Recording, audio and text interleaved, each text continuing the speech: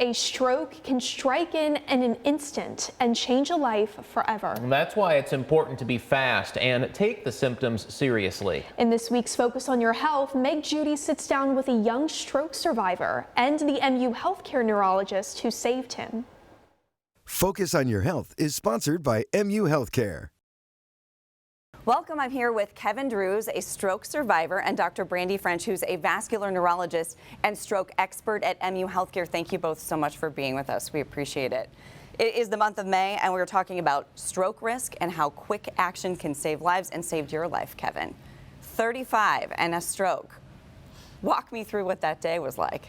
Yeah, I was sitting in my staff meeting, drinking coffee, and my arm that I was drinking coffee with sort of stopped responding, and I lost feeling in it, and I got up, tried to walk it off a little bit. I didn't really suspect that it was a stroke at that point. Eventually feeling came back, but I still felt pretty strange on that side of my body, so drove into the ER. Right, and Dr. French, you were there that day. Yes, I was. Tell me what happened. So he came in, even at his young age, we were very concerned because of his symptoms that he might be having a stroke.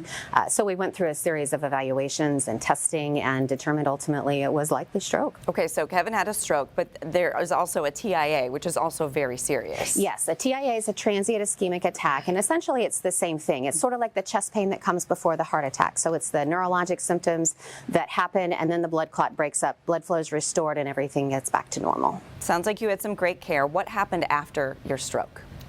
The follow-up care is really important in this instance to actually find the cause of the stroke. So they recommended several different tests and eventually found that I had a PFO in my heart. And what is a PFO, Dr. French? So we were all born with it. It's a natural window that occurs between the two receiving chambers, the two upper chambers of the heart. But for most of us, it closes over by the time we're about 2 years old. But still, about 1 out of every 4 people has one.